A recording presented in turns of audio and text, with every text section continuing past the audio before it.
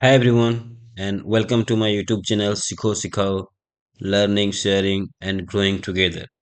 This is the video number 8 of the series Angular series, and in this video, we will be learning how to create your first application. Okay, so let's start.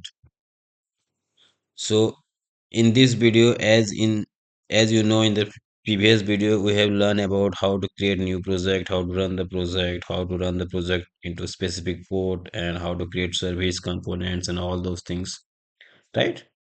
So I'm not going in detail and all in command in the all o- other command as we have already discussed in the previous video. So I'm just opening the previous application which we have created, and like you can also create your own applications by using the CLI command. So in my cases, I have created the application inside this path, so you can also do it in your application. Okay, so the first command would be the ng new project name. So you have to just go to your folder path, and in that folder path that you have to execute the you have to open the Visual Studio Code, and like this is the Visual Studio Code, and then you can go to the view terminals, and it will open the terminal. Inside that you have to execute your command like ng space new project name.